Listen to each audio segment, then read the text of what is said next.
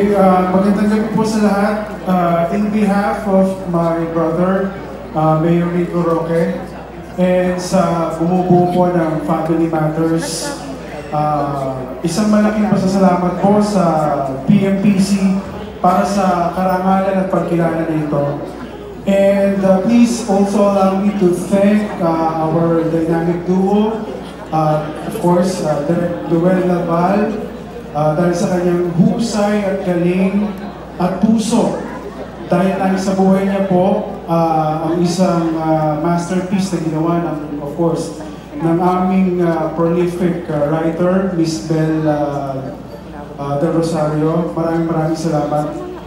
Family Matters po ay hindi lang isang pelikula, kundi ito po ay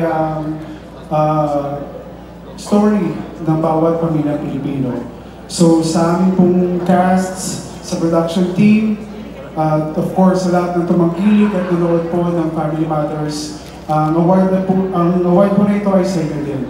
Again, maraming salamat po muli sa PMPC para sa karangalan ito. Mahalaga po kayo sa gusto nito. Maraming salamat po. Speechless naman ba ulit? Anyway, nagpapaumanhin po ako kanina.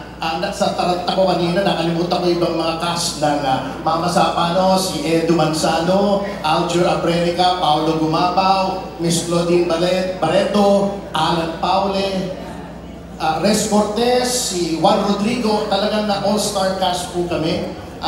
Thank you so much. Sana po ipayagan niyo muna ako magsalita sapagkat baka huling pelikula ko nang gawin ito. Dahil nagkandalugi-lugi, puro utang na inabot ko. Anyway, this was a labor of love because ako po yung abogado ng pamilya ng SAC 44 na dinimanda po namin yung General sa si President Aquino. And nung nakikita namin hindi kami makakuha ng hustisya sa hukuman, sabi namin, maybe by making this movie, we can give justice to the 44 people who lost their lives in defense of the Republic. Kasi sabi po nila, if you want to appeal to a person's intellect, you write a book. If you want to appeal to the heart, you make a movie. Sabi po yan ng aking late father who turned me into movies noong sinasama niya ako, and I became, even before I started making movies, kailan lang naman po yun. This is just my second movie after Deception. Malagi po akong ma-attend ditong PMPC at nanonood po ako ng Filipino movies. In fact, Miss Nadine Lucio, I'm a very big fan. Napanood ko po lahat yan. Dahil ng Pangit, This Time, Ulan, Never Not Love You, which I've watched for like 5 times already. And I think it's one of the best Filipino films of the last decade.